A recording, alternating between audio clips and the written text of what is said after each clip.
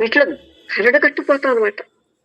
మతంలో కరడుగట్టేస్తాం, నమ్మకాల్లో గడ్డకట్టేస్తాం, వాదించటాలు పిడివాదాల్లో గడ్డకట్టేస్తాం, క్రతువులు చేయటంలో గడ్డకట్టేస్తాం.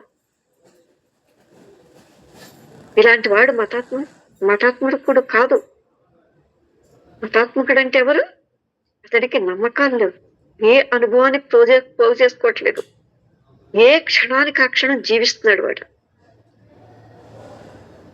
ఏ క్షణానికి ఆ క్షణం జీవించేవాడు. కాబట్టి అతడే విప్లవాత్మకుడు. సత్యం అంటే దైవం కాలంలో కొనసాగే విషయం కాదు, ఆలోచనలో లేదు.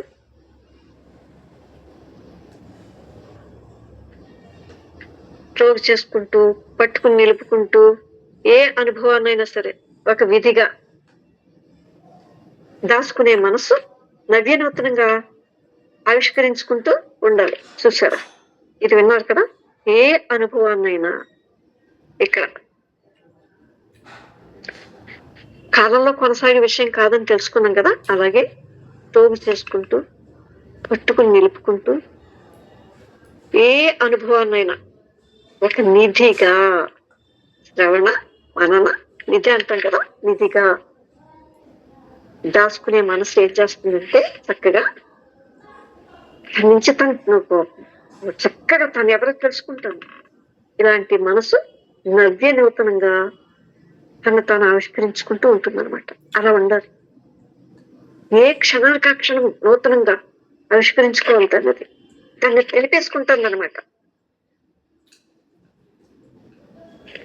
ఏదో సరదా కోసం కాకుండా నిజంగా గంభీరంగా ఉండేవాళ్ళు ఉంటారు చాలా మంది ఇందులో.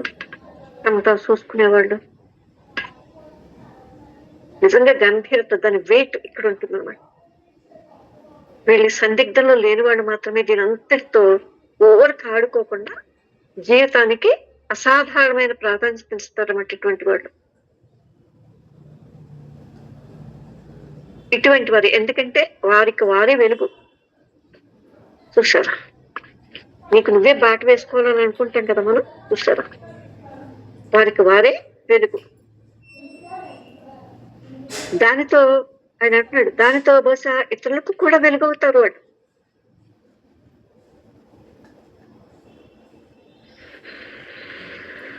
చూసారా, ఇతరులకు కూడా వెలుగవుతారు. అనుభవం ఏదీ లేకుండా కూడా, పూర్తి స్వేచ్ఛలో ఉన్న మనసు లేకుండా, తెలియని దానికోసం చూసే మనసు లేకుండా, దైవాన్ని గురించి మాట్లాడటం ఏ విలువ లేదు. చూసారా,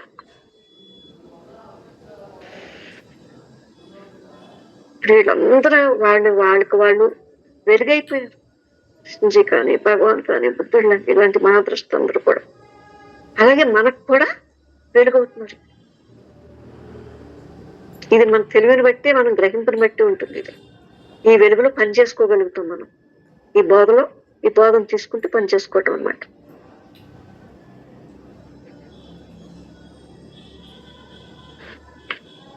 చూసారా, పూర్తిగా స్వేచ్ఛ లేని మనస్సు, అన్నిటినీ పట్టుకు వేలాడే మనసు, నమ్మక విశ్వాసంలో కూరుకుపోయిన మనసు. చూసారా, తెలుసు అనే మనసుకి ఇది సాధ్యమవుతుందా?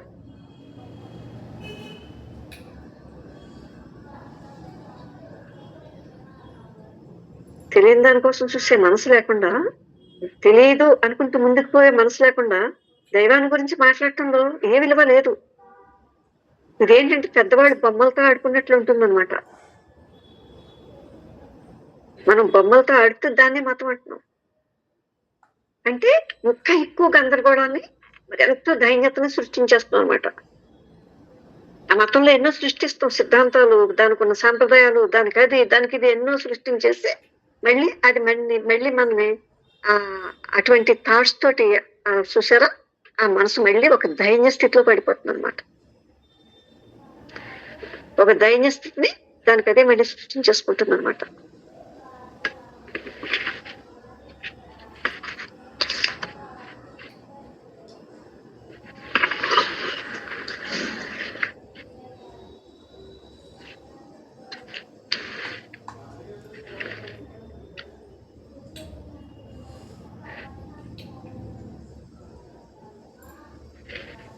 ఆలోచన దాని యొక్క ఆ ప్రక్రియ ఆ మొత్తాన్ని అర్థం చేసుకున్నప్పుడు మన ఆలోచనలోనే ఇంకా సిక్కుకుని ఉండనప్పుడు మాత్రమే మనసు నిశ్చలంగా ఉండటం సాధ్యమవుతుంది అనమాట. ఇది కూడా మీరు వింటున్నారు కదా, చాలా జాగ్రత్తగా విని దీన్ని మీ వైపు అంటే మీ తెలివితో తీసుకోండి. దీన్ని మీ తెలివితో మీ గ్రహింపుతో తెలిసిన దాన్ని వదిలేస్తూ ఈ క్షణం నుంచే ఆ చక్కగా ఆ తెలివితో ఆ తెలివి కలిగి ఉండటం అనమాట. అప్పుడే మిమ్మల్ని మీరు మీ దైవత్వాన్ని ఆవిష్కరించుకోగలుగుతారు. ఇది ఎప్పుడైనా మీ పని, ఎవరు చేసి పెట్టలేరు.